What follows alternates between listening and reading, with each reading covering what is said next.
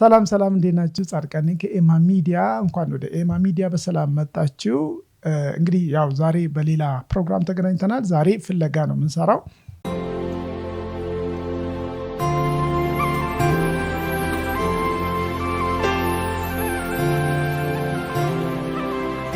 የዛሬው ፍለጋችን ለየት ያለ ነው። ምክንያቱም በእርግጥ ፍለጋ ፕሮግራሞች በብዛት የተለያዩ ሎካል ቲቪ ላይም እንዲሁም ደግሞ የሶሻል ሚዲያ ላይ በጣም ይሰራል። በብዛት በተለይ ኢትዮ ኢንፎ፣ ሸገር ኢንፎ፣ ኢቢኤስ ቲቪ፣ ዩሃ፣ የኛ ቲዩብ ላይ ብዙ ቲዩቦች ላይ ይተላለፋል።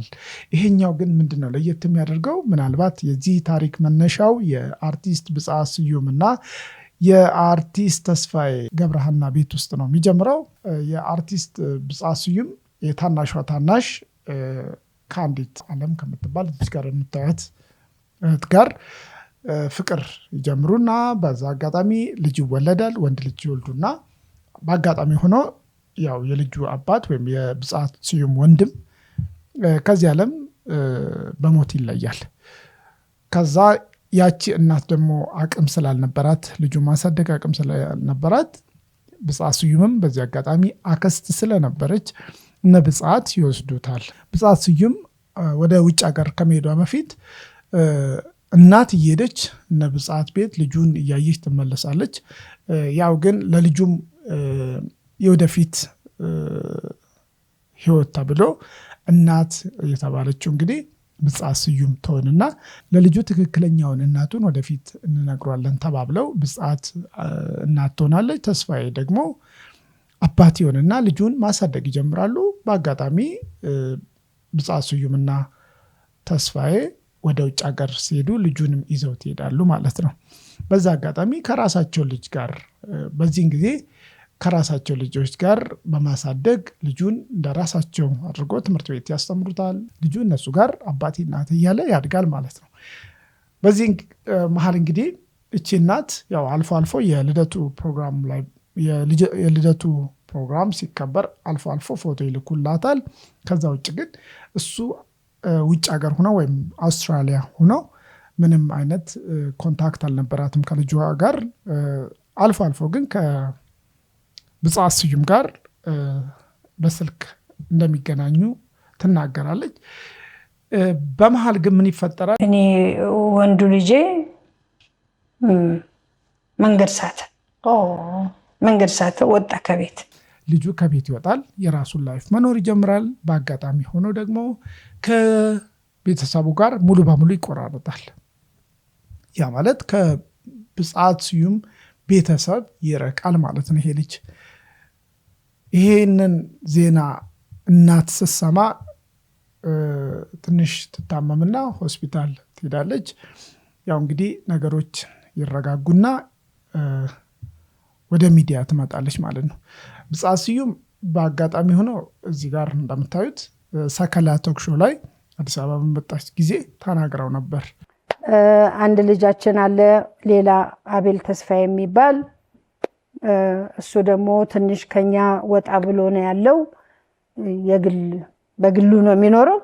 እጅ ያግባልሽ በሉኝ፣ እጅሽ ያግባው በሉኝ፣ እጅሽ ያግባልሽ በሉኝ። አሁን በድጋሚ ደግሞ አውስትራሊያ ላይ በነበራት ኢንተርቪው ወይም በዚህኛው ቪዲዮ ላይ ማለት ነው ተናግራለች ልጁ እንደጠፋባት እና ምናልባት እንግዲህ ይህን ያገኛችሁ እባካችሁ ብላ ራሷ ጥሪ ያቅርባለች ማለት ነው። ይሄ ነገር ግን እናትየውን ትንሽ አሳዝኗታል። የወንድም ልጅ ማስተማርና ማሳደግ ልጅሽ ነው ምንም ማለት አይደለም። ግን አቤል አሁን ምን ቢሆን ነው የጠፋው? ከብጻት ስዩም እንዴት ጠፋ? እናት ይሄ ሁሉ ነገር ሲደረግ የእናትነት ቦታ ተሰጥቷት ወይም ደግሞ ልጅሽ እንዲሆንብናል። በእርግጥ ብጻት ስዩም ጥሩ ሰው ነች። ምክንያቱም ልጁን እንደ ራሷ ልጅ አድርጋ ነው ያሳደገችው። ግን ምን አይነት ነገር አለ? የፈለገ እንደ ራሷ ልጅ ብትቆጥረውም የራሷ ልጅ ስላልሆነ እናት ግን የተወሰነ ቢሆን ኢንፎርሜሽን ሊኖራት ይገባል ብዬ አምናለሁ። ምክንያቱም ልጅ ቢያንስ እናቱን የማወቅ መብት አለው። አባት ያው ወዲያው ነው ህይወቱ ያለፈው። ብጻት ስዩም ደግሞ አክስት ነች። ትክክለኛ እናቱ ግን እቺ በምስል ላይ የምታዩት አለም ነች። አለም ግን በዚህ ይሄ ሁሉ ነገር ሲፈጠር ልጅ አድጎ ከቤት ወጥቶ ሲጠፋ ይሄ ሁሉ ነገር አታውቅም። በሚዲያ ነው ልክ ኖርማል እኛ እንደምናየው በሚዲያ የልጇን መጥፋት የሰማችው። በዚህ መሀል እንግዲህ ከብጻት ስዩም ምንም አይነት ኢንፎርሜሽን አላገኘችም። ልጇ መጨረሻውን አላወቀችም። ትንሽ አስከፍቷታል። በጣም አዝናለች። እውነት ለመናገር በተለይ አውስትራሊያ አካባቢ ያላችሁ ተመልካቾች እባካችሁ ይችን እናት ተባበሯት። እንግዲህ እውነት ለመናገር ከ2 ዓመት በፊት ኢቢኤስ ቲቪ ላይ በነበረው ኢንተርቪው ላይ ብጻት ስዩም ስለ ልጇ እውነት ለመናገር ተናግራለች። ከተስፍሽ የወለድኩት ፍቅርን ነው። ሁለተኛው ልጃችን ግን የወንድሜ ልጅ ነው። እኛንን ያሳደግ ነው። ከኛ ጋር ነው ያደገው። ከፍቅር በፊት እኛ እሱን ነው ይዘን የገባ ነው ቤታችን። ከዛ በኋላ ፍቅር ስትወለድም ያው እንደ 2 ልጅ ነው። የሱ አባት ልጃችን ነው። የሱ አባት የታናሽ ነው ወንድሜ። በድንገት ነው የሞተው። ስለዚህ ወንድሜ ምትክም ነው ለኔ። ግን የሁለቱ ደግሞ ቀረረብ ደግሞ ብታይ በጣም የሚገርም ነው። እንግዲህ ከ2 ዓመት በፊት ብጻት ስዩምና ተስፋዬ ስለ ትዳራቸው ስለ ቤተሰባቸው ሲያወሩ ልጃቸውን አለዩትም ካፋቸው። ምክንያቱም በቃ ዋናው የቤተሰባቸው ትልቁ ልጅም እሱ ነው። ስለሱም ተናግረው ነበር። እንዲሁም ደግሞ ሰከላ ቶክ ሾው ላይ እንግዲህ በይፋ ልጇ እንደጠፋባትና በዚህ አጋጣሚ ጸልዩልኝ፣ በጸሎት አስቡኝ፣ ልጅሽን ያሳይሽ ብላችሁ ጸልዩልኝ ብላለች። እንግዲህ እኛም እንግዲህ እናትና ልጅ አክስትና ልጅ እንዲገናኙ ምኞታችን ነው። በዚህ አጋጣሚ እንግዲህ እናትና ልጅ ብዙ ጊዜ የመለያየት ነገር የሚፈጠረው በተለይ የጉዲፈቻ ሕጉ እኛ ሀገር ላይ ብዙም ያው እንደሚታወቀው ብዙም የሚከበር አይደለም። ምክንያቱም አንድ ልጅ በጉዲፈቻ ሲሰጥ ያ ቤተሰብ እንደ ራሱ ልጅ ይቆጥርና ያን ዋናው ትክክለኛ እናትና አባት ግን አይነገረውም። ብዙ ጊዜ በተለይ ውጭ ሀገር ያሉት ላይ እንዲህ አይነት ነገር ይከፋል። አንዳንድ ጊዜ ደግሞ ከአቅም ማጣትም የተነሳ ድህነቱም ስላለ አንዳንድ እናቶች በቃ ምለው ነው የሚሰጡት። ልጄን መቼም አላይም፣ ልጄን መቼም ከእናንተ አልወስድባችሁም፣ ስለ እኔ ከፈለጋችሁ ለልጅ አትንገሩ፣ ብቻ በህይወት ይኑርልኝ፣ አሳድጉልኝ ትላለች። ጊዜ ያልፋል፣ ልጁ ያድጋል። እናት ደግሞ አንዴ ከወለደች በኋላ ያ ናፍቆትና ጭንቀት ሁሌ በአእምሯ ውስጥ ይመላለሳል። ያን ጊዜ ምናልባት ማጣት ችግር ልጄን ባላየውም በቃ ዋናው ብቻ የልጄ ህይወት ይትረፍ፣ ዋናው ልጄ ጥሩ ቦታ ይማርልኝ ብለው ብቻ ይጨነቁና በኋላ የሚመጣውን ነገር ካለማስተዋል ያው የሚሸወዱበት ጊዜ አለ። ምክንያቱም ይሄን ነገር ያልኳችሁ በኋላ ላይ ይቆጫቸዋል እነዚህ እናቶች፣ እነዚህ ቤተሰቦች። ምክንያቱም ልጅ ነው።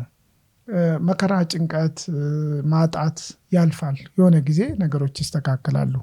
በዛ አጋጣሚ እንግዲህ ልጄን ሲባል ልጅ ደግሞ የሚያውቀው ሌላ ቤተሰብ ነው። አስቡት 20 ዓመት 30 ዓመት እናት አባት እየተባላችሁ አንድ ቤተሰብ ላይ ብቻ ኖራችሁ ከሆነ ጊዜ በኋላ ከሆነ 20 እና 30 ዓመት በኋላ ያ ልጅ ፍቅረኛ ይዟል፣ ትዳር ይዟል፣ ወይም የራሱ ሌላ ቤተሰብ ሁለተኛ ቤተሰብ ሁሉ አለው የራሱ ቤተሰብ። በዛ ሰዓት መጥቶ እንግዲህ እስከዛሬ ያልጠየቀችኝ እናት ማለት ይጀምራል። እንዴት አልፈለገችኝም፣ እንዴት እስከዛሬ ዝም አለችኝ ወደ ማለት ይመጣል ማለት ነው።